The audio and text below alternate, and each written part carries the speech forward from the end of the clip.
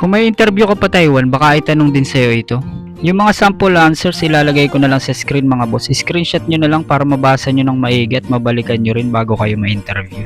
Kung di mo pa ako kilala, ako si Jules, factory worker dito sa Taiwan. Unang tinatanong nga ay yung tell me about yourself. Ito yung isa sa pinaka-common na tanong, screenshot nyo na lang yung sample answers. Pangalawa ay yung why do you want to work in Taiwan? Ganito yung mga isa sa pwede nyong isagot. Pangatlo ay why do you want to work in our company? Ilalagay ko na lang sa screen yung sample answers mga boss. Pangapat, what do you know about the company?